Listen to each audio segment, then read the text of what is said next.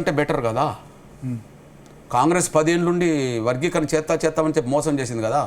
వాళ్ళ మోసానికి నిరసన కదా మా పిల్లలు పోయి గాంధీ భవన్ దగ్గర పెట్టిన రోజులు, మా పిల్లలు చచ్చిపోయిన రోజులు ఉన్నది. వాళ్ళ మోసానికి నిరసనగా కదా మా పిల్లలు అసెంబ్లీ గోడలు కూల్చిన రోజులు ఉన్నాయి. మేము జైలుకి వెళ్ళిన, మా పిల్లలు జైలుకి వెళ్ళిన రోజులు ఉన్నాయి కదా. నేను అంటున్నాను, బీజేపీ చేస్తా అని చెప్పి లాస్ట్ నిమిషంలో ప్రధానమంత్రి వచ్చి చూడడం వల్ల మా పరిస్థితి ఖచ్చితంగా అర్థమైంది కదా. అప్పటికి ప్రధానమంత్రి చిత్తశుద్ధి నిజంగానే ఉండేనా మోడీకి?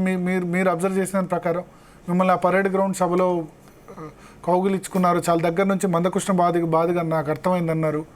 అసెంబ్లీ ఎలక్షన్స్ అప్పటి నుంచి నిజంగా కమిట్మెంట్ కనిపించిందా? ఎలక్షన్ దానికి సంబంధించి అనిపించిందా? 100,000 రేట్లు ఆయనలో కమిట్మెంటే నేను చూసాను. ఆ కమిట్మెంట్కి అనుగుణంగానే తన కార్యాచరణ రూపొందించిండు. తన కార్యాచరణ రూపొందించడం వల్ల జరిగిన పరిణామాల్లోనే ముందుకు సాగింది వర్గీకరణ అంశం. ఇది నేను ఒప్పుకుంటున్నాను. ఎందుకంటే ఆయన ఎవరండి? ఈ దేశంలో ఒక ఓబీసీ వర్గానికి సంబంధించిన వ్యక్తి. ఆయన ఎవరండి? నువ్వు నేను ఇంకా మన పరిస్థితిలో తెలియదు, కానీ మీ తల్లి ఏం చేసిండో మా తల్లి ఏం చేసిండో నాకు తెలియదు. మా తల్లి మాకు కూలి చేసేవాడిని బతికింది, మీ తల్లి ఏం చేసిండో నాకు తెలియదు. కానీ మోడీ గారి తల్లి, పెద్ద ఆయన గౌరవ మోడీ గారి తల్లి మరి పక్కిండ్లల్లో బేషన్లతో మీ పిల్లల్ని పోషించుకున్నది కదా. ఒక పూట తిండి లేకపోతే ఉపాసాలు ఉన్న కుటుంబం వచ్చారు కదా. తండ్రి టీ అమ్ముకుంటే టీ అమ్మిన కాంటి వచ్చారు కదా. ఆయన ఒక బలహీన వర్గాల వ్యక్తి, అత్యంత పేద కుటుంబం ఉన్న వ్యక్తి. మా సమస్యల్ని, మా బాధల్ని సంపూర్ణంగా అర్థం చేసుకున్నాడు అనే విషయం మాకు అర్థమైపోయింది. ఆయన అర్థం చేసుకున్నాడు కాబట్టి మమ్మల్ని హక్కున చేర్చుకోగలిగాడు, మా ఆవేదనను పరిష్కరించడానికి. అంటే అంతకుముందు చాలామంది హామీ ఇచ్చారు. రాజశేఖర రెడ్డి, వైఎస్ రాజశేఖర రెడ్డి మీకు హామీ ఇచ్చారు, వెంకయ్య నాయుడు, అంటే ఈ ఉద్యమ సమయంలో. బట్ ఇక్కడ మాత్రం ఇప్పుడు ఈయన ఆధ్వర్యంలోనే సాకారం సాధ్యమైంది. అది 100% మేము గౌరవ నరేంద్ర మోడీ గారికి మేము రుణపడి ఉన్నాం, కృతజ్ఞత ఉంటాం. ఇందులో రెండో మాట రాని అని. ఎందుకంటే ఆ స్థానంలో కాంగ్రెస్ ఉంటే మేము ఊహిస్తామా? కాంగ్రెస్ను మొత్తం శాసిస్తారు మాలలు. దామోదర సంజయ్ కాలం నుంచి మొదలుకుంటే ఇప్పటి కాలం వరకు, మల్లికార్జున ఖార్గే కాలం వరకు. మల్లికార్జున ఖార్గే అవుట్ రైట్ మాల లాబింగ్. కర్ణాటకలో ఎస్సీ వర్గీకరణ ఉద్యమం జరుగుతుంటే ఏనాడు సమర్థించలేదు కదా. కానీ వాళ్ళ వర్గాన్ని అయితే ఉసిగొల్పి వర్గీకరణ వ్యతిరేకంగా రోడ్ల మీద ధర్నాలు చేయించాడు కదా. సో ఆయన డైరెక్ట్ గా అయితే చెప్పట్లేదు మేము వర్గీకరణ వ్యతిరేకం. ఇక్కడ ఇరికిపోయాడు. ఏది కాంగ్రెస్ మేనిఫెస్టోలో చేవెల డిక్లరేషన్లో ఇరికిపోయాడు. అందులో మొదటి అంశమే వర్గీకరణ ఉంది. మొదటి అంశమే వర్గీకరణ అంశం ఉన్నది కదా. కాబట్టి ఇప్పుడు మౌనంగా ఉన్నాడు. కానీ అక్కడ కర్ణాటకలో వర్గీకరణ వ్యతిరేకులందరినీ ప్రోత్సహించి ముందుకు నడిపించడంలో ఆయన ఉన్నాడు కదా. ఎవరు? మల్లికార్జున ఖార్గే ఉన్నాడు. మరి ఇప్పుడు కర్ణాటక గవర్నమెంట్ ఏం చేయబోతుంది? కర్ణాటకలో కూడా మళ్ళీ ఇదే చెప్తున్నా నేను. కర్ణాటక గవర్నమెంట్లో మళ్ళీ ముఖ్యమంత్రి ఎవరు? ఒక ఓబీసీకి సంబంధించిన కూర్మా వర్గానికి సంబంధించిన సిద్ధరామయ్య గారు. సిద్ధరామయ్య గారిలో కూడా వర్గీకరణ చేయాలనే ఒక ఆలోచన ఉన్నది. ఎందుకంటే సుప్రీంకోర్టు తీర్పును రేవంత్ రెడ్డి గారు ఎట్లా సపోర్ట్ చేశాడో అట్లనే సిద్ధరామయ్య గారు కూడా స్వాగతించి 2-3 దశలో మాదిగ ఎమ్మెల్యేలను వాళ్ళందరినీ కూడగట్టి మీరు అడ్డుపడవద్దు అని చెప్పి వాళ్ళకు గట్టిగా చెప్పడం వల్ల కమిషన్ వేశాడు. కమిషన్ 2 నెలల్లో రిపోర్ట్ ఇవ్వాలని చెప్పేశాడు. ఆ రిపోర్ట్ వచ్చి వర్గీకరణ జరిగేంత వరకు ఎలాంటి నియామకాలు ఉండవని చెప్పాడు. ఒక్క నియామకం జరగట్లేదు. అట్లా అందువల్ల నేను చెప్తున్నాను, మాలలు లేని చోట సమాజంలో ఎవరున్నా మాకు న్యాయం జరిగినట్టే. అట్లా అంటే ఎట్లా? అంటే మీరు అంత 30 ఏళ్ళ అంత వ్యతిరేకత మాల మీద ఎందుకు? 30 ఏళ్ళ బాధ, 30 ఏళ్ళ మా పోరాటం, 30 ఏళ్ళ మా శ్రమ, 30 ఏళ్ళ మన త్యాగాలు ఇప్పటికి కూడా అడ్డం పడతానంటే ఏం చేయాలో చెప్పండి. మీరు చెప్పండి. 94 నుంచి 2024 వరకు అదే పోరాటం చేసుకుంటూ వస్తుంటే కష్టాలు, బాధలు, నిందలు, జైళ్ళు, మరణాలు ఇవన్నీ చూసుకుంటూ వస్తుంటే ఇంకా అడ్డుకుంటామంటే వీళ్ళకంటే అగ్రకులాలు నయమే. వర్గీకరణ వ్యతిరేకించే మాలల కంటే, అందరిని అంటలేను, వర్గీకరణ ఇంకా అడ్డు తగులుతామనే మాలల కంటే అగ్రకులాలు 100 రెట్లు ఉన్నాయి. ఎంత % సపోర్ట్ ఉంటారు మీ ఉద్దేశంలో మాలల్లో? ఎవరు సపోర్ట్ చేసేవాళ్ళు వర్గీకరణ?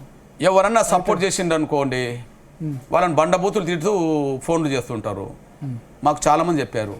ఓకే, వాళ్ళని ఇష్టానుసారంగా తిడుతుంటారు, వాళ్ళని రోడ్ల మీదకి రానియారు. ఇక రోడ్ల మీదకి వచ్చిన వాళ్ళు మాలలే కాబట్టి వర్గీకరణ వ్యతిరేకంగా మాలలు అందరూ ఉంటారని చెప్పి సమాజం అనుకోవడానికి దారితీస్తున్నది. ఓకే, ఆంజనేయులు కాలర్ సిద్ధంగా ఉన్నారు. ఆంజనేయులు గారు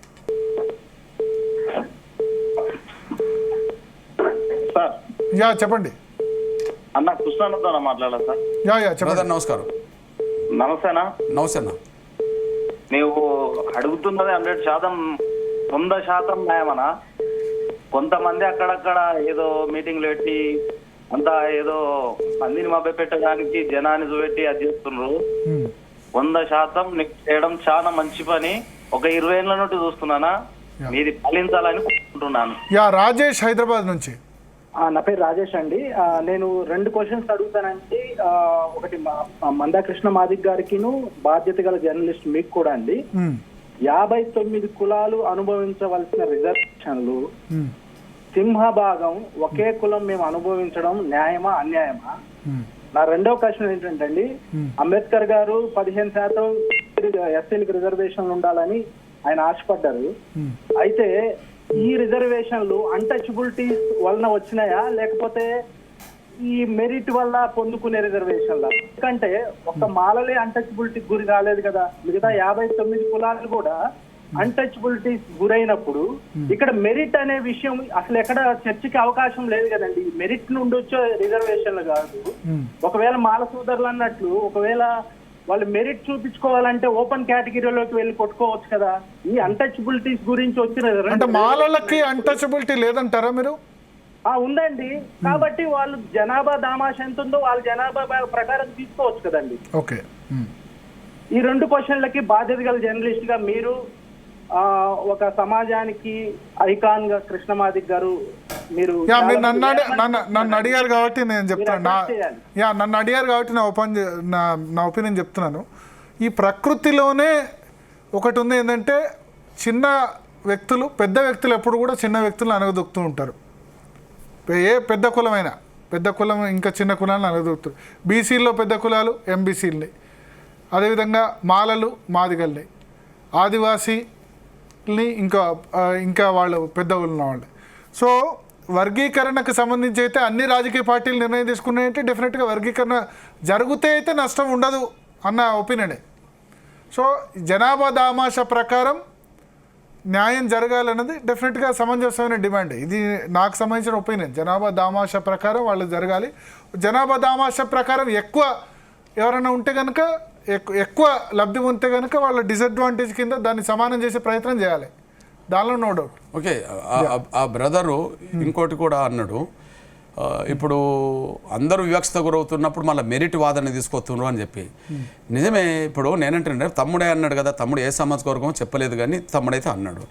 ఇప్పుడు అంబేద్కర్ మా ప్రాతినిధ్యం ఉండాలి అన్ని రంగాలు అన్నప్పుడు మీకు మెరిట్ లేదు అని చెప్పి ఆనాడు అగ్రకులాలు అనేది కదా కదా. అంటే మాతో మెరిట్లో పోటీ పడండి అని చెప్పి అనేవాళ్ళు కదా. ఇప్పుడు వీళ్ళు అంటుండ్రు అదే మాట.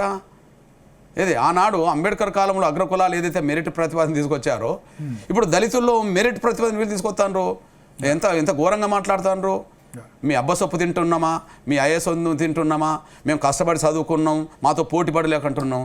ఓకే, మీరు కష్టపడి చదువుకుంటే మీరు తమ్ముడు అన్నట్టుగా ఓపెన్ కోటలు వెళ్ళిపోండి. మేము చదువుకోలేని వాళ్ళకు రిజర్వేషన్ అన్న వర్తిస్తావు కదా. తమ్ముడు అన్నమాట వాస్తవమే కదా. అందువల్ల ఆనాడు అంబేద్కర్ కాలంలో ఏ వాదన అయితే అడ్డుకోవడానికి వినిపించారో గదే వాదన వీళ్ళు వినిపిస్తుండ్రు. అందువల్ల ఆ రోజు అడ్డుకునే వాళ్ళని మానవాదులు అన్నాడు, ఇప్పుడు అడ్డుకునేటోళ్ళు నేను మానవాదులు అంటున్నా. ఇందులో రెండో మాట రానియా. ఈస్ట్ గోదావరి నుంచి ఒక కాళ్ళు సిద్ధంగా ఉన్నారు. ఎస్ చెప్పండి. చెప్పండి త్వరగా. నేను కృష్ణతో మాట్లాడాలి. చెప్పండి, మాట్లాడండి. అన్న నమస్తే అన్న. నమస్తే అన్న. నా పేరు రమేష్ అన్న. చెప్పినా చెప్పు తమ్ముడు. అన్న నువ్వు మాది జాతి ముక్తి పెట్టావు కదన్నా, దళిత జాతి ముక్తి పెట్టు. నీకు నాకు నిన్న ప్రాతాలు అన్నారు. నువ్వు చేసే పోరాటానికి మా మద్దతు ఇప్పుడు ఉంటుందన్న. Okay okay. నెక్స్ట్ ఇంకో caller, final call. Thank you నాన్న. ఇంకో కాలర్ సుబ్రహ్మరెడ్డి గారు, చెప్పండి.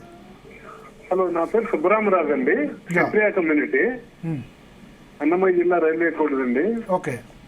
మందకృష్ణ గారు చేస్తున్నట్టు పోరాటం 100% నిజమండి. ఓకే. మాలా కమ్యూనిటీ మాత్రమే అన్ని బెనిఫిట్స్ పొందుతున్నారు. మాదిగా చాలా అధ్వాన పరిస్థితిలో ఉందండి. ఇన్ని సంవత్సరాలుగా ఇప్పటికే వెనుకబడి ఉన్నారు. ఇప్పటికైనా సరే ఈ వర్గీకరణ జరిగితేనే సామాజిక న్యాయం జరుగుతుందని మా అభిప్రాయం అండి. ఓకే ఓకే, ధన్యవాదాలు భయ్య. ఒకటి, ఇప్పుడు ఆంధ్రప్రదేశ్ నుంచి కూడా చాలా కాలర్స్ సిద్ధంగా ఉన్నారు కాబట్టి మీరు మొన్న ఆంధ్రప్రదేశ్లో చంద్రబాబు నాయుడుని కలిశారు. ఫస్ట్ వర్గీకరణ చేసింది చంద్రబాబు నాయుడు.